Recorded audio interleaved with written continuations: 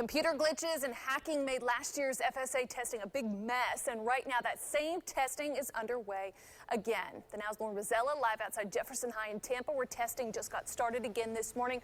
Lauren, some of the families you're talking to say the biggest problem of all is that this testing is here to stay.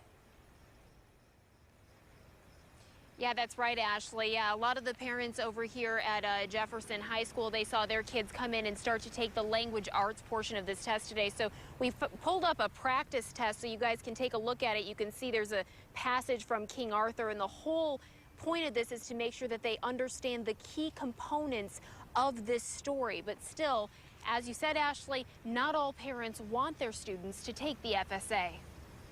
We don't feel that a test should be used as a high-stakes test that is tied to whether or not a child is going to go on to the next grade, whether they're going to be put in remediation, reading, or math. Frank is opting his children out of the test again this year, too.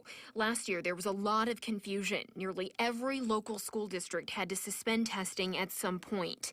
It was the first time using the new testing system, and some students saw delays logging on, while others were kicked out of the exam halfway through the test.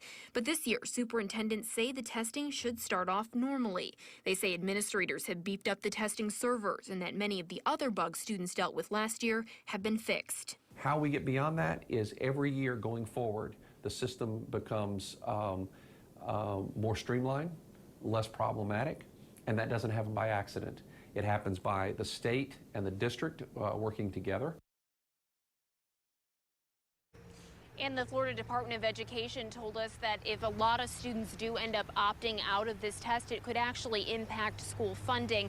There's something called school recognition dollars. They're bonus dollars that help pay for books and any extra teacher supplies, teacher bonuses, stuff like that. So if 95% of the kids in a school like Jefferson don't take the test, those dollars could be at risk, Ashley. Okay, so we know what happens with the dollars, then they could be at risk. But Lauren, for parents who do opt their kids out of this test, what happens to the student? Yeah, if they actually do end up coming to school, it's kind of unclear if they'll just be sitting there able to read a book. We don't really know. A lot of the districts weren't able to comment on that. However, we do know, at least in Pasco schools, that if the parents do decide to keep them home on the days of the testing, that will count as an unexcused absence. Back to you.